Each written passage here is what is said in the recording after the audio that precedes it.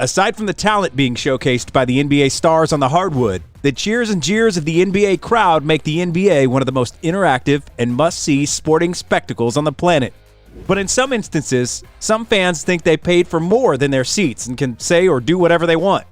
In this video, we'll share with you some NBA fans that have clearly gone overboard and both literally and figuratively crossed the line. Before we begin, please like this video, subscribe to our channel, and hit the notification bell so that you never miss a video. Stay tuned to find out what a fan did to get him banned from an NBA arena for life. Durant gets heat from OKC fans. Before becoming a member of the Eastern Conference All-Star team, the New Jersey Nets, Kevin Durant had already faced a familiar scenario when he jumped ship to join the loaded team of the 73-win Warriors after OKC blew a 3-1 lead against them. The entire Oklahoma City fan base was distraught and super upset about the departure of their number one star. Russ and the fans, let's just say, were prepping for the prodigal son's homecoming festivities in a not-so-friendly fashion. Even before KD's return to OKC on February 11th, 2017, his former fans, now who have become his bitter haters, were already in a hostile mood. Like the usual stuff when a franchise star leaves the team he grew up playing with. Like burning his jersey and stuff, including going to his Oklahoma home and vandalizing it. And remember that one time when his former backcourt tandem Russell Westbrook subtly threw shade at Durant in an Instagram post by posting a photo of a cupcake? Yeah, that one helped the cause too. Come game night, OKC fans brought their A-game to the arena. Some of them draped snakes across their necks, while others unleashed their creativity by making a poster that said, "I trust Russia more than KD," and printed commemorative t-shirts that spell out the words coward, with emphasis on the letters K and D. Throughout the game, the jeering fans continued to rain down boos and unpleasant remarks whenever KD touched the ball. There were even reports about the longtime Thunder fan Rich Taylor, who, according to Draymond Green, said the word that relates to a baby cat, and also called him a little boy. In Draymond's words, that guy was disrespectful to us the entire night. Cheer, heckle all you want, but don't be disrespectful. Calling guys P-words and all this stuff, get over there, little boy. He was disrespectful the entire night. This ain't the ancient times. Slave days are over. Amidst all the cussing and heckling received by Durant, he ultimately got the last laugh by scoring 34 points and punctuated the chippy night with a win playing for his new squad, 130 to 114.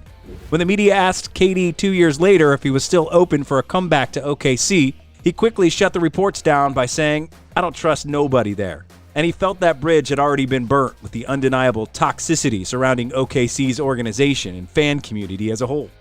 Courtside Karen.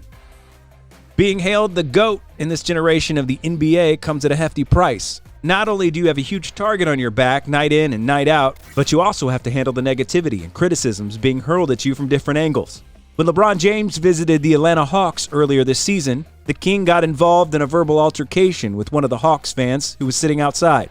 Juliana Carlos, who James referred to as a Courtside Karen, accused the King of saying something nasty to her husband at some point during the game that led to her outburst. She later pulled out a video of the incident, which is filled with explicitives, and told what apparently transpired in that moment in her Instagram post. Quote, "So I'm minding my own business, and Chris has been a Hawks fan forever. He's been watching the games for 10 years. Whatever, he has an issue with LeBron James. I don't have an issue with LeBron. I don't give a F about LeBron," she says in the video. "Anyway, I'm minding my own business, drinking my beverage and having fun. All of a sudden, LeBron says something to my husband, and I see this, and I stand up, and I go, 'Don't effing talk to my husband.' And he looks at me and goes, 'Sit the F down, Bia.' And I go, 'Don't effing call me a B. You sit the F down. Get the F out of here. Don't effing talk to my husband like that.' In the end, the couple got thrown out from the arena, while LeBron didn't receive any fines or warning whatsoever. He even deemed the ejection unnecessary because the players needed someone to interact with, especially in a time where the audience participation is much needed in empty arenas caused by today's pandemic. Quote, "At the end of the day, I'm happy fans are back in the building. I miss that interaction. I need that interaction. We as players need that interaction. I don't feel like it was warranted to be kicked out." A Sixers fan's salute to Russell Westbrook. It is quite ironic that the fans from the city of brotherly love aren't as receptive and welcoming to visiting teams as their name suggests. When Russell Westbrook was still playing for OKC, the one-time MVP was greeted with a 2 middle finger salute in the second quarter, courtesy of one of the fans who was sitting on the sidelines. After Brody led the break and finished with an and one, the cameras caught a gentleman wearing an Iverson jersey who stood up from his seat and delivered the finger gesture that Stone Cold Steve Austin would love to do towards Westbrook. The video went viral all over the internet, not only because of how passionate the guy was in performing the nasty deed, but also due to Westbrook's perplexed reaction afterwards. The guy was later identified as Richard Harkaway, a full-time urologist who practiced medicine in North Philly. He also does stand-up comedy gigs on the side, but the joke is definitely on him this time around in this particular situation. When Harkaway was interviewed regarding the incident, he insisted that he was provoked by Westbrook, who allegedly called him fat and dropped inappropriate remarks about him being overweight. Quote, "To all of my Facebook friends who are seeing a picture of me on the internet giving the finger to Russell Westbrook, actually 2 fingers, not as simple as it seems. I love to scream at the players, and anyone who's been at a game with me knows this. It's part of my charm. What you may not have seen on any of the video clips is what started the whole thing, which was Russell Westbrook saying, 'Sit down, effing fat boy,' when I stood up to boo. And sometimes sensitive about my plumpness, I guess I got a little out of hand." Harkaway eventually apologized to Westbrook for his actions, and Westbrook, on the other hand, let bygones be bygones, as he already paid a $25,000 fine for getting involved in an altercation with a fan the last time around. The Malice in the Palace. Unless you're living under a rock, most NBA fans were familiar with the famous Malice in the Palace, as it was arguably the biggest brawl that happened in the NBA in recent memory. With the game pretty much decided with 45.9 seconds left on the clock, Ron Artest hammered Ben Wallace with a clothesline, which angered Wallace, who shoved Artest in retaliation. While Artest was lying on his back on the scorer's table, waiting for the official's decision, a fan from the press row hurled a soda cup and hit Artest in the face. This is the time when Artest was still Ron Artest and not known as Meta World Peace, so you pretty much know what happened in the next scene. Artest quickly hopped into the stands and stormed in to assault the fan named John Green. In the aftermath of the incident, several players were suspended, and Green himself was banned for life from attending Pistons home games and received a $500 fine too. He was also convicted of a misdemeanor assault for slugging it out with Artest, and was sentenced to 30 days in prison with 2 years probation, as well as a mandatory attendance for anger management sessions. Green admitted his wrongdoing and was regretful for his actions. Quote, "It was the dumbest thing I've ever done. I'll never do it again. I got home that night and my wife was tapping her foot, asking what the hell happened. She said, 'You're all over ESPN. I'm the fall guy, no doubt about it. I got my 15 minutes of fame.'" But despite what happened on that unfaithful night, both Green and Artest would eventually bury the hatchet and even become good friends after the incident. When Artest reached out to Green via Twitter in 2009, he said, quote, "Ron's a good guy, and you want to know what? I like to think the same thing about myself. Yes, I've made bad choices, and maybe Ron has too, but I think he and I are very similar. We're very passionate people, but we admit when we were wrong too. Right away, because Ron's soft-spoken, I thought it was Michael Jackson or something. We just started talking and we hit it off. He apologized and I did. It came from him, and it takes a lot to do something like that."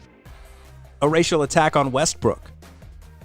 Remember that $25,000 fine imposed on Brody, which I told you a while ago? Well, here's the full story behind it. Westbrook and the rest of the Thunder thought it was just another road game for them when they visited the Utah Jazz. As the game became heated through the second quarter, there was a couple who allegedly threw some racial spat toward Westbrook while he was sitting on the Thunder's bench.